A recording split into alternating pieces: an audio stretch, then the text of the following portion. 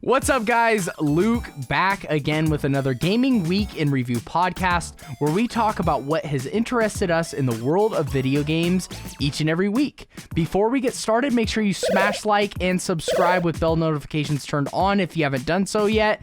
And with that being said, let's get right into it.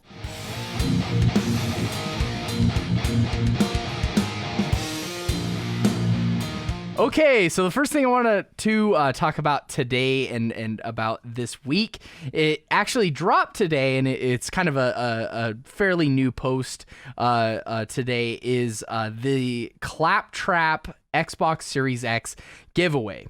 2K UK has partnered up with Xbox Pope, and I did some research on Xbox Pope. He seems to be kind of a single man show, or maybe a really small online business where they do custom consoles, computers, controllers, and probably much more. I just took a look at it at a glance, but some really cool stuff on there. Just custom themed Series X's galore. They have an Instagram as well as a website. We can actually link the website in the description below if you guys want to go and check it out. But they made this beautiful little Claptrap. Like, you guys know who Claptrap is, right? From the Borderlands series. He's the little robot that always makes everyone mad. Everyone hates Claptrap. Claptrap is awesome, dude. I can't help but laugh at Claptrap.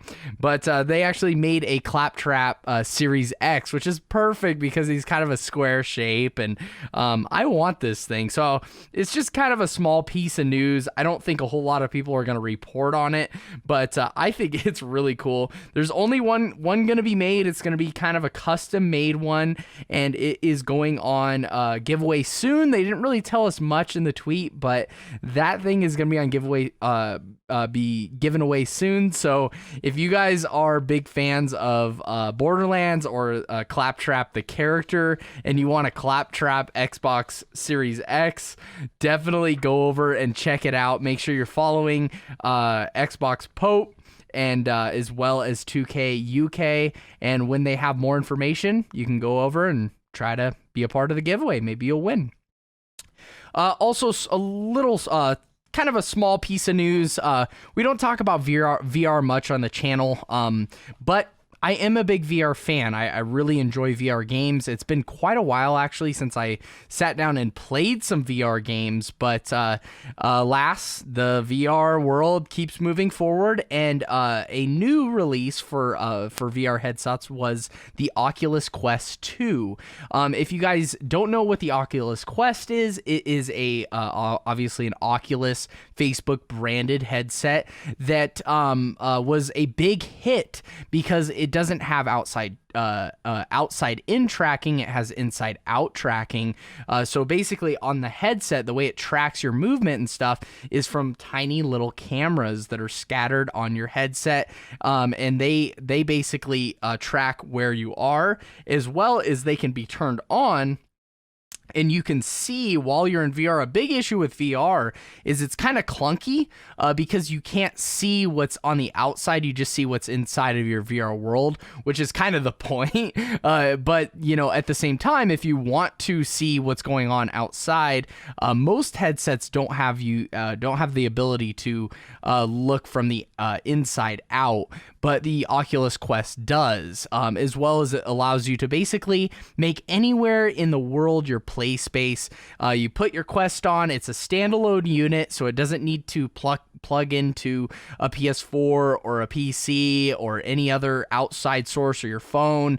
It's all standalone and internal, so all the computing power, all the stuff is inside of the headset, and you got a couple of controllers that act as your hands. They got a little finger tracking going on. There's like a lot going on with these headsets. So this is the sequel to the very popular Oculus Quest. I don't have any sales numbers, but I know that system actually did really well. I don't think PSVR well, but it did very, very well. So I assume Quest 2 is going to be do well as well. But a big controversy with the Quest 2 is its Facebook integration.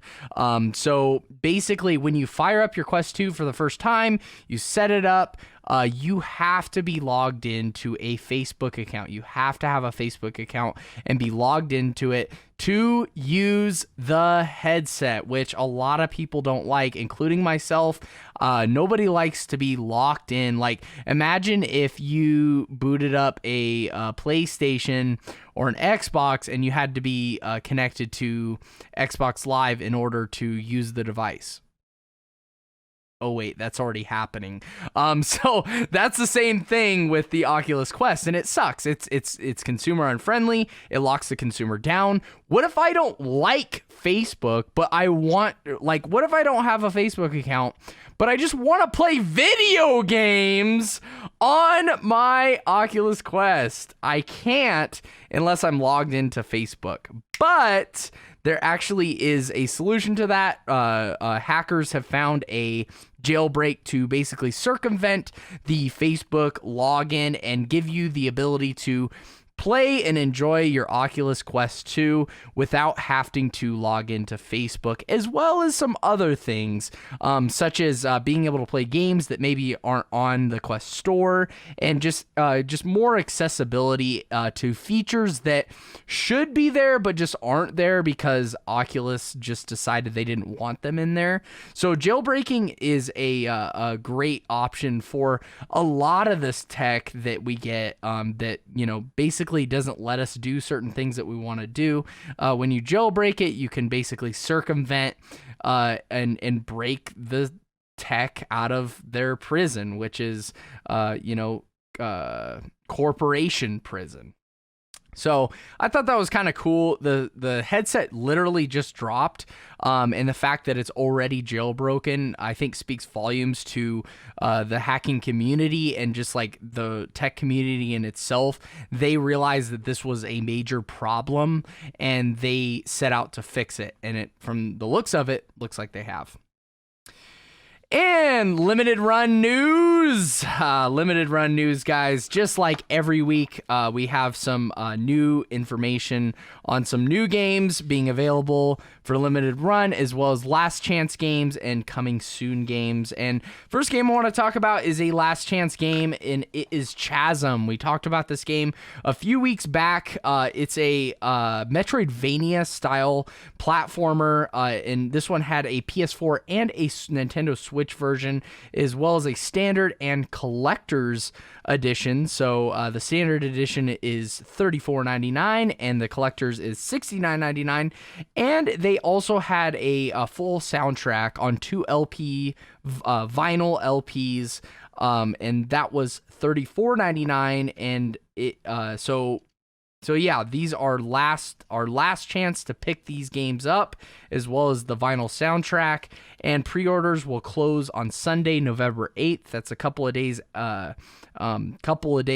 after the recording of this video, probably around a day before when you actually see this video. So once again, make sure you check out these live streams as I stream them live, so you can get the inside track and pick these games up. And then also, I just wanted to note too that they did make an announcement that they only have a few collector's editions left. So if you want to pick those up, make sure you run over and get them now rather than later. Bringadine, The Legend of Runersa, is also on last chance, guys. It's a PS4 version only. The Nintendo Switch version released on limited run back in May, and I guess they didn't release the PS4 version at the same time. This one actually came, we talked about it a couple weeks ago, and this one is a standard edition and collector's edition. The standard edition is $49.99 and the collector's edition is $74.99, and this is a hardcore tactical RPG. So if you are big into tactical RPGs, pick this one up. If you're like me and you dabble in tactical RPGs, but you're not a hardcore fan of them, from what I've heard, this game is hardcore for the hardcore RPG fan. So there's a lot of depth. There's a lot of choices to make and a lot of strategy to plan out. So definitely just proceed with caution. You got to be really into these games to find success in this game. And that's going to do it for the Last Chance games. We do have new this week, though, and we have 2 new games coming out this week from Limited Run. Cthulhu Saves Christmas. We talked about this game last week for our next week's games, and a couple things that I noted was this was a Chrono Trigger style RPG. By the way, if you want to hear more about these games that I talked about in previous podcasts, definitely go check those previous podcasts out. We have a playlist. It should check out the descriptions, and you can find these different games. So Cthulhu Saves Christmas is a Chrono Trigger style RPG. Those are the vibes that I was getting while watching the trailer. I actually haven't played it because I'm not a big RPG fan. I did like, however, that it was Christmas themed. We don't see a lot of games like that, so this is kind of a cool one that you can kind of hunker down and play during Christmas time and just really get cozy and play an old school Super Nintendo style RPG. And this game screams Chrono Trigger. Like I said, guys, the audio, the music, the visuals all feel very 16-bit, and they feel very Super Nintendo in specific. So great looking game. Definitely go and pick it up. It is going to have a PS5, not PS4, PS5 and Switch copies. They're only $29.99, and this one goes on sale November 6th, which is a couple of days from the recording of this video. The next game is another retro style RPG. This one, I really couldn't put my thumb on it as far as what it's like. It's kind of a generic retro style RPG. Not a ton to talk about. It's called As Divine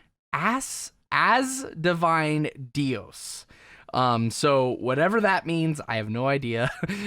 So forgive me if I'm trashing on this game. It's just, there wasn't much that was like really jumping out at me with this one. It's just another retro style RPG.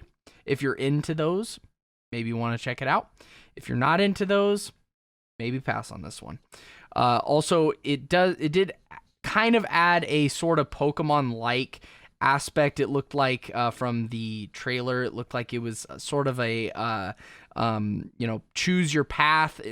Instead of choosing your first 3 Pokemon, you choose your first 3 spirits, and these different spirits have different attack and defenses, and different sort of vulnerabilities as well as strengths. So you pick your path through 3 different spirits, and it kind of reminded me of sort of a Pokemon RPG. And as far as coming next week goes, I couldn't see anything, guys. They haven't really posted anything over at Limited Run. I'm assuming they might have been a little bit like me and have been kind of tied up in what's going on in the political world and just kind of forgot to do their jobs a little bit like I did this last week. But nothing new as far as their announcements for next week's, but maybe that means we'll have more to talk about next week. And then getting into, with all that behind us, now getting into a little bit more important or bigger news. I got a lot of PS5 stuff for you guys. First thing is PS5 systems will not be available in stores at launch. Sony announced on Twitter that no PS5 systems will be available at stores for launch day. The only available stock will be online. So we won't have a traditional game launch, and I think we all kind of saw the writing on the wall here.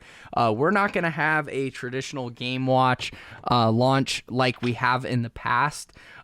This one is going to be just straight up online only on launch day.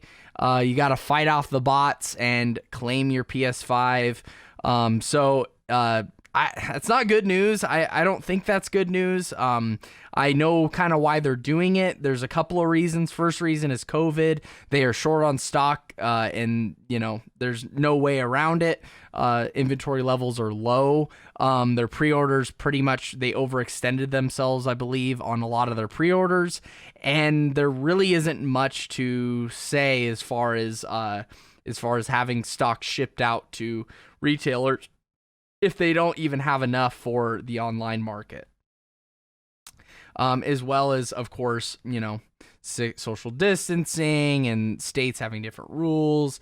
I think it would just be a complete and utter mess. So I think it's an okay decision, I guess. I wasn't really planning, to be honest, not really planning on getting a PS5. I was at first really excited. I was like, I'm gonna get both systems. We're gonna review them on the channel. We're gonna open them up. We're gonna do teardowns of both videos, get kind of that going with the algorithm of YouTube, and then maybe doing some experiments, just kind of enjoying these systems on the YouTube channel as well as the live stream.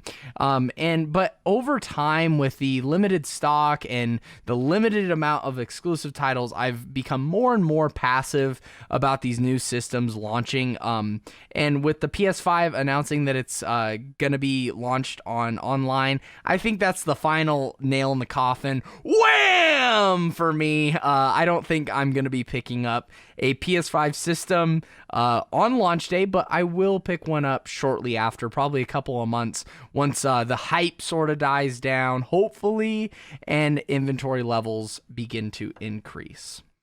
Secondly, PS5 news, the PS5 will not support M.2 drive expansion on launch.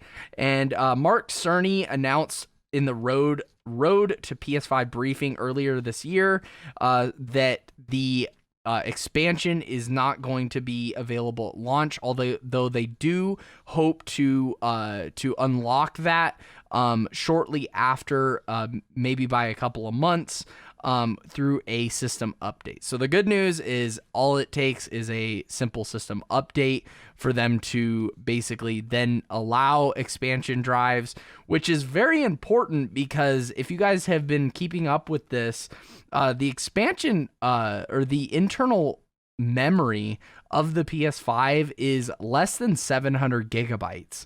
So after you start downloading big games like Red Dead Redemption 2 and Call of Duty are kind of the two that are really known for being like really huge games, once you start getting those games on your system, it's going to become a bit of a problem as far as storage goes, and you're going to need to expand it. So hopefully they figure this out sooner rather than later. I don't know exactly why they're delaying it, but I think the biggest thing is they don't want people running out and buying these M.2 drives before they've been able to secure their system and have a good quality list released of which ones you can get, because I don't know, that just seems weird. You would think that like every M.2 drive would just work, but apparently that's not the case. So if you're planning on getting an M.2 drive to expand the PS5's memory and you are getting a PS5 at launch, I would highly recommend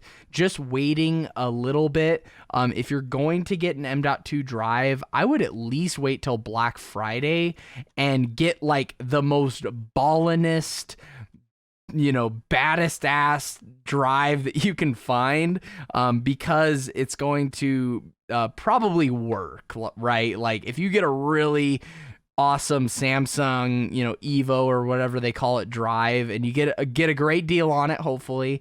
I doubt that you're gonna have troubles with it, but there is still that chance. So I would wait till Black Friday. I'd cop a great deal on a decent drive, and if it turns out that that one isn't compatible, then maybe you can try to return it or resell it. It's kind of a tough situation, but hopefully they will have more news on this before the holiday sales come, so that we can at least know going into Black Friday. But We definitely won't know at launch, but hopefully we'll know soon.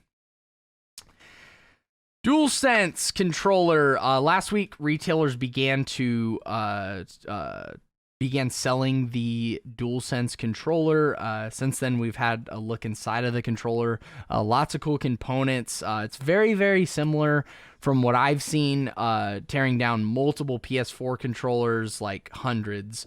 It's very similar to the PS4 controller in the trackpad and rumble and stuff like that. But there are some key differences, and the main one was the adaptive triggers. And in the adaptive triggers, basically what they do is they offer resistance for certain situations in gameplay. For example, you're pulling a bow back. That bow's not going to just go straight back. It's going to offer some resistance, and that adaptive controller is meant to basically simulate that. So these triggers look really cool. They have motors built inside of them, and apparently, from what I have gathered, they spin up or they spin against you in certain game situations, and that's up to the developer to program inside of the game. And another cool thing is within the UI or within the settings, you will have the option to turn these on and off. So if you just don't like them, for example, you're a competitive Fortnite gamer and you want to get a PS5 and hopefully, fingers crossed, get 120 FPS on a console, but you don't want to deal with having resistance on like certain pulls on controllers or bows or whatever it may be, you can turn those things off for competitive purposes. So that's very nice. I'm super excited about that. The PS5 DualSense controller with the mic is so cool. Like, I think the adaptive triggers is really cool, and it offers like a really good opportunity for just kind of extra immersion in games. We'll probably see, most likely we'll see those in first party titles, such as whatever Naughty Dog is doing, or Insomniac, or Sucker Punch, or whoever else makes video games for PlayStation. There's a lot more that they will probably utilize these the most, but hopefully we can see some other companies utilizing it. Maybe Call of Duty, I think there's opportunity there, and possibly some other games as well. Maybe Red Dead Redemption, I think could pull it off pretty good, and then racing games, Gran Turismo, which is a first party game, but you know what I mean there. So super good stuff. I'm excited for the DualSense controller. I'm excited for adaptive triggers, as well as that mic, so I don't have to fumble around with the keyboard. I mean, it's about time they put mics in these controllers, so you don't have to fumble around with the keyboard. It's just talk to text, which I think is desperately needed, and just really great that they're doing that. And then also moving on, we got one last thing I wanted to talk about. This has to do with the PS5 console and its display. Sony has announced that they will not be supporting a 1440p resolution on the output of their PS5 system. I think this is for a couple different reasons. And the first thing I kind of want to talk about is the difference between 1080p and 1440p really isn't that much, especially when you're dealing with smaller size monitors like what I have. I have a 27-inch monitor that I play. It's not gonna show a huge difference on smaller displays. On bigger displays, it may show a big difference, but when's the last time you saw a 1440p like home theater or living room TV? Like, when's the last time you saw a 1440p like home theater or living room TV? I don't think they exist. I either see, when I walk into Costco is the main place where I see newer TVs on a regular basis. When I walk into Costco, the big number is 4K. 4K is the best price point for the consumer. It's becoming more and more supported by cable companies as well as streaming companies, and as well as games. Whenever you think gaming, it's 1440p is like a bummer. You're like, oh man, they couldn't do 4K. It's still better, but you don't see it as much on smaller screens.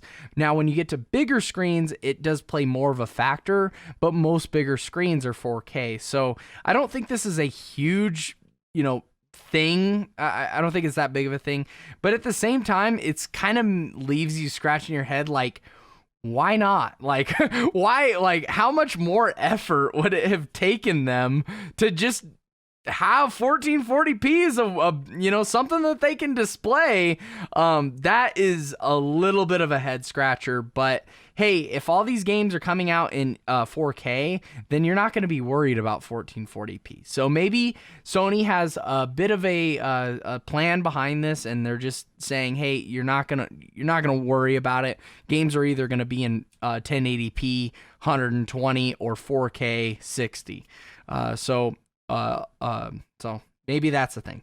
Also, they did confirm that these systems will support 4K setups. I don't think there's going to be a whole lot of 4K, or I'm sorry, not 4K, 8K setups. I don't think there's going to be a whole lot of 8K, support in games or anything. I mean, I think that's a little bit of a stretch for the hardware that we're working with the Series X and with the PS5. I mean, you could probably make some previous gen games go to 8K, as well as like maybe some indie games, things like that. And I guess that's cool, but don't expect to be playing Call of Duty in 8K. It's just it's not feasible at this time. Maybe next gen. I mean, actually, probably next gen. But this generation, expect it to be like 4K. 1440p or 1080. Xbox, of course, after this was sort of released and people were talking about it, tweeted as a sort of a follow-up with the Xbox Series X and S connected to a couple 1440p 120 FPS monitors. They basically posted saying that they will be supporting 1440p monitors. So if you already have a 1440p 44 hertz monitor, something like that, and you want to use a next-gen console with it and get the best visuals possible, then you're probably going to want to buy a Series X instead of a PS5. But once you upgrade, or if you don't really care that much about resolution, kind of like I don't, then, who cares? But just as a follow-up, Xbox did sort of tweet, sort of little nudge towards Sony that they will be supporting the 1440p resolution. Dude, comment of the freaking week! It's the comment of the week! It's the comment of the week! And our comment of the week is this week is coming from Shane from Switch It Up Reviews. I've actually done some collaborations with Shane. We'll put his channel in the description below if you guys want to go and check it out. He commented on last week's podcast where I was talking about the PS4 not being dead as soon as the PS5 comes out, and a big push towards basically supporting all these new consumers that have come in and purchased the PS4 because of COVID-19. Maybe they weren't like major gamers, but they were just bored at home. They lived in coastal states where the whole state was getting locked down and they didn't really have a whole lot to do. So they ordered a PS4 and they kind of got reintroduced to gaming. And it was actually a silver lining with quarantine, was a lot of people got reintroduced and brought back in to the world of gaming because they now suddenly had some time for it. And I feel like everyone has time to play video games, just not everyone is ready to make the extra effort to do it. So I think it was a great thing, and I think it's a thing that is going to kind of reverberate, and we're going to see growth in the gaming industry, and just people consuming and playing video games just because of what has happened. So sort of a silver lining, but With that being said, a lot of people went out and bought a PS4 because that was the system that was available during quarantine, along with, of course, Nintendo Switch and the Xbox One, but maybe they chose PS4. They liked the games on there. They liked maybe the controller, maybe a family member or friend had one, and they wanted to play with them online, whatever the decision was, but they went out and bought the PS4. So I was basically talking about them wanting to continue to support that. And Shane kind of followed up with, it's great that Sony is still supporting the PS4. With all that has happened, it would be a huge turnoff for gamers to buy a PS4 this year and then have it just completely dropped by Sony. It's the smartest choice from a business standpoint, and it gets consumer-friendly points because it makes them look good. Also, the Xbox fridge is an awesome thing when a company goes with a meme. It's an amazing thing. Sincerely, Shane from Switch It Up Reviews. I totally thank you once again, Shane, for that very nice comment. I totally agree with the Xbox and the PS4 statement.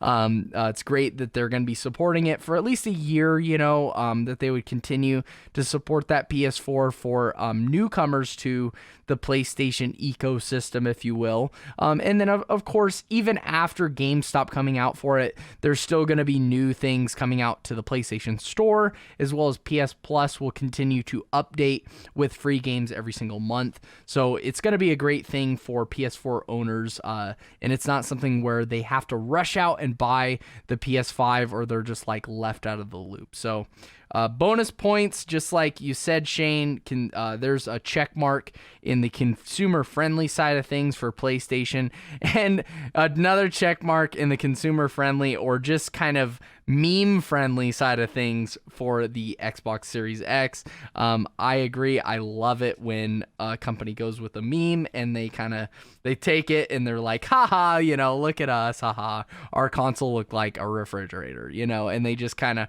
run with it. It's better than them, just being, the typical corporation that just sort of, is boring, quite frankly. They're just boring when they ignore stuff like this, and they don't have that playful attitude towards the people that are purchasing their systems. At the end of the day, a lot of people that were joking about them will be buying their systems as well. So once again, thank you, Shane from Switch It Up Reviews, for that comment of the week. But that's going to do it for today's podcast, guys. Thank you so much for hanging out with me. Sorry we haven't had any other content on the channel this week. I was just wrapped up with, I think a lot of Americans have been wrapped up in the same thing with the election. But hopefully I'm going to put that stuff on the back burner and we're going to get back into cranking out some content for you. If you got value out of this podcast, do me a favor and smash like as well as subscribe for more content like this. And lastly, that's enough for me. I want to hear from you guys now. What do you guys think about the PlayStation DualSense controller and its adaptive triggers? Do you think that that's going to be a major player in the future of the PS5 gaming? As well as, what do you think about 1440p? Do you have a 1440p monitor, and are you bummed out that you're not going to be able to use those resolutions with the PS5? Or are you kind of like me and resolution doesn't really mean a whole lot to you? You're more excited about those higher frame rates? Let me know in the comments. And lastly, what do you think about the Claptrap Series X? Are you gonna sign up for that giveaway, or are you gonna, or are you just a hater on Claptrap? Let me know in the comments section down below. But until next time, guys, Luke from 8-Bit Plus signing out, and I'll see you in the next one. God bless.